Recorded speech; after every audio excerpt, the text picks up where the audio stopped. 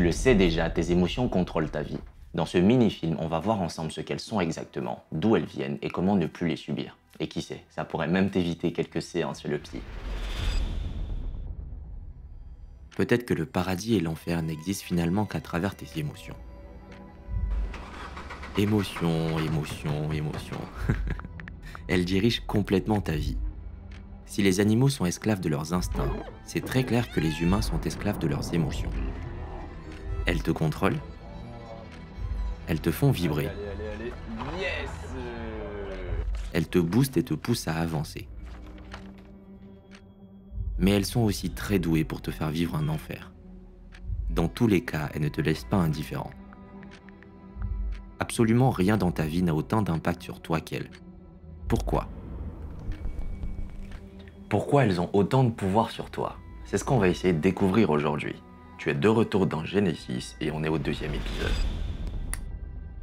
Dans l'épisode précédent, nous avons établi que nous percevons le monde à travers une histoire. En gros, ta manière de voir et de comprendre le monde est un film. Via ce processus, une moralité se forme, mais ça on le verra dans le 3e épisode. C'est aussi à ce moment-là que nos émotions naissent.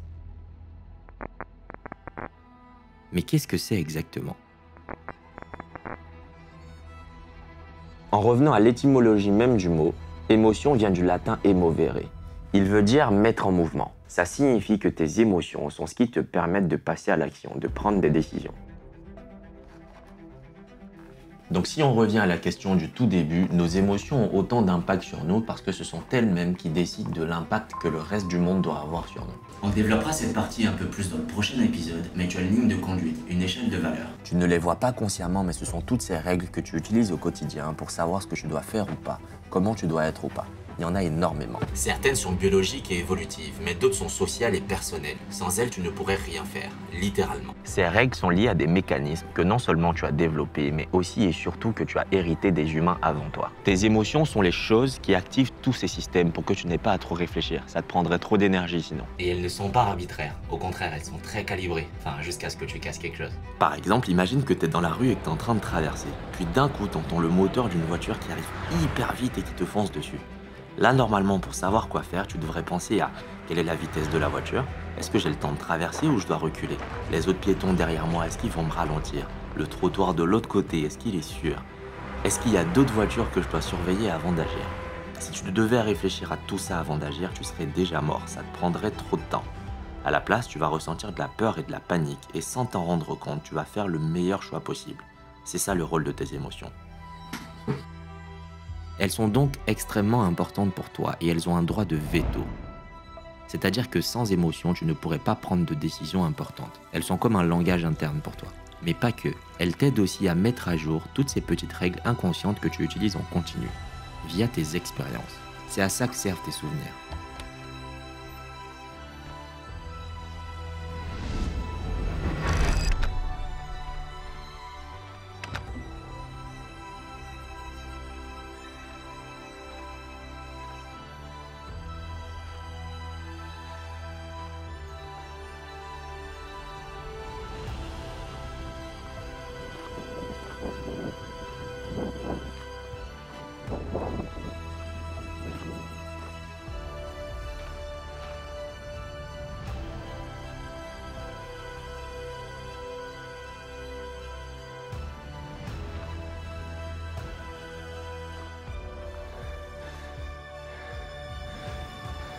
On a souvent tendance à penser que nos souvenirs sont des enregistrements exacts de ce qui s'est passé.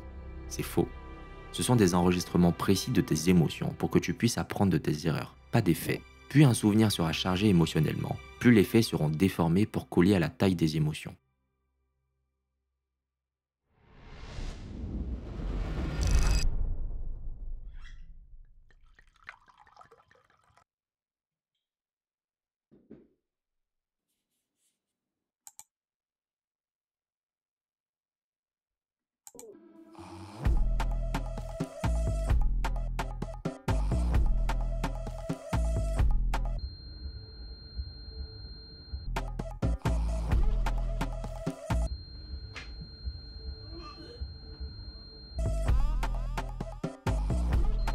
Un autre exemple, tu te disputes avec quelqu'un, ça te rend triste et ça te met en colère. Des grandes phrases sont balancées, des décisions sont prises impulsivement.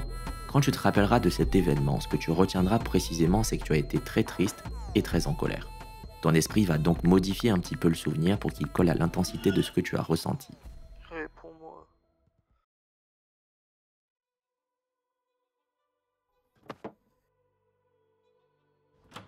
On ressent beaucoup d'émotions différentes, mais elles sont toutes des variantes hyper complexes des émotions primaires, et c'est sur elles qu'on va se concentrer aujourd'hui. On va donc les présenter. En numéro 1, la joie. Elle t'indique que tu avances vers l'objectif, qu'il soit conscient ou non. Elle te montre que l'action que tu viens de faire est la bonne et te récompense avec un peu de dopamine pour t'inciter à la répéter. La tristesse. Elle arrive en général après un échec ou une perte. Elle t'indique que l'action que tu viens de faire ne va pas dans la direction de ton objectif et t'invite à la réévaluer. La peur. Elle apparaît quand tu es face à un danger. Elle te demande de te préparer soit à fuir, soit à te battre. La colère. Elle apparaît quand tu es face à une situation que tu ne trouves pas équitable. Elle te donne la force de te battre pour rétablir l'équilibre. Par exemple, tu es dans ta chambre, tu veux aller à la porte et il y a une poubelle sur ton chemin qui t'en empêche. Ça va t'agacer, voire t'énerver parce que la poubelle n'est pas censée être là en plein milieu. Tu vas même penser que quelqu'un l'a mise là exprès pour t'emmerder. La surprise. Elle est neutre, ni positive ou négative. Elle est juste là pour t'aider à réagir à des événements inattendus. Elle t'aide à mobiliser toute ton énergie sur le moment. Le dégoût. Elle est puissante celle-là aussi. C'est l'émotion la plus négative que tu puisses ressentir pour quelque chose ou quelqu'un et c'est compliqué de passer au-dessus. Elle t'indique que tu es face à quelque chose de profondément nocif pour toi et ton objectif. Quelque chose qui peut t'empêcher tout court de continuer ton aventure. Qui peut te tuer par exemple. Que ce soit physiquement, donc tu vas éviter les choses sales pour ne pas choper un virus par exemple. Mais aussi mentalement. Tu es face à quelqu'un dont les valeurs te sont totalement opposées. Maintenant que les présentations sont faites, j'aimerais insister sur un point en particulier. Je sais que c'est devenu l'objectif ultime pour la plupart des gens. Ils passent leur vie à essayer à tout prix d'être heureux tout le temps. Désolé de te le dire, mais ce n'est pas optimal comme objectif. Déjà la plupart du temps quand les gens te disent ça, ils veulent juste dire qu'ils veulent accumuler un maximum de plaisir sans effort. C'est le meilleur moyen pour être misérable. Je te l'ai déjà expliqué dans l'épisode précédent. Les objets et même les personnes n'ont aucune valeur inhérente ou intrinsèque à tes yeux si elles ne te sont pas utiles. Ce que tu valorises, c'est la fonction, l'utilité. Et s'il y a une chose que tu dois retenir de toute cette vidéo, c'est celle-ci. Tu ne ressens pas de la joie lorsque tu obtiens ou réussis quelque chose. Tu ressens de la joie lorsque tu te rapproches de la chose, lorsque tu progresses vers elle.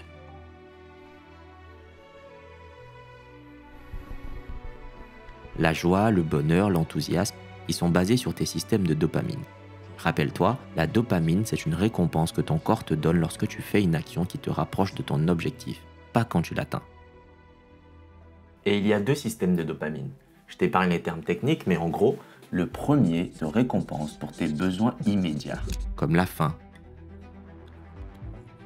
la soif, le sexe, le repos. Ah, mais tu me dégoûtes. Tu es censé répéter ces actions tout au long de ta vie, donc ce système est conçu pour tourner en boucle. On joue beaucoup là-dessus avec les réseaux sociaux, le porno, les drogues, les jeux vidéo et le fait que tout aille vite tout le temps.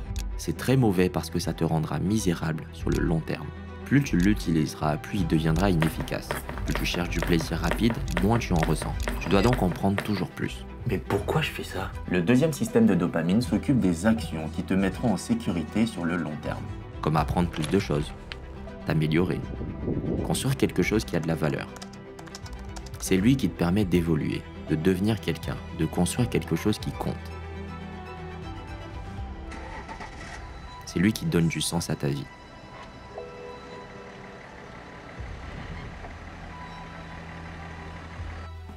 En comprenant ça, tu réalises que la seule façon stable de ressentir des émotions positives, c'est d'avoir des responsabilités et des objectifs. Bien sûr, tu devras toujours satisfaire tes besoins de base, mais si tu ne t'imposes pas des objectifs supplémentaires qui te motivent, ta nature finira par le faire à ta place. Tu passeras donc ton temps à courir après des plaisirs éphémères et ça te rendra misérable. Tes émotions sont aussi des indicateurs. Elles te montrent ta position par rapport à ton objectif. Pour faire très simple, tes émotions positives t'indiquent que tu avances dans la bonne direction et que tu dois continuer. Tes émotions négatives t'indiquent l'inverse. Et ton anxiété t'indique que tu ne sais plus où tu es ni ce qui se passe. Tu dois donc t'arrêter pour te préparer à tout. C'est super épuisant, ça demande énormément d'énergie. Maintenant qu'on sait ce qu'elles signifient, comment les utiliser concrètement? Je pense que c'est là que la plupart des gens se perdent parce qu'on sait que nos émotions nous indiquent quelque chose. On pense juste que ça nous indique la valeur réelle des gens, et c'est pas le cas. Tes émotions sont toujours contextuelles, c'est-à-dire que tu vas ressentir différentes choses face à la même personne et face aux mêmes actions. Ce que tu ressens ne veut rien dire sur qui elle est, mais sur les attentes que tu as d'elle. Ça dépend donc de ton objectif. C'est très important de comprendre ça parce que sinon tu vas les subir en boucle et donc subir le monde. Néanmoins, elles restent toujours vraies pour toi, enfin, jusqu'à ce que tu te dérègles un truc. Elle t'indique non seulement ce que tu veux maintenant, mais aussi ce que tu pourrais vouloir dans le futur. Elle s'applique également à tous les aspects de ta vie. Par exemple, ce qui te met en colère au travail te mettra probablement en colère dans ta famille ou avec tes amis. Elles sont multidimensionnelles, car elles sont basées sur ton système de valeurs interne.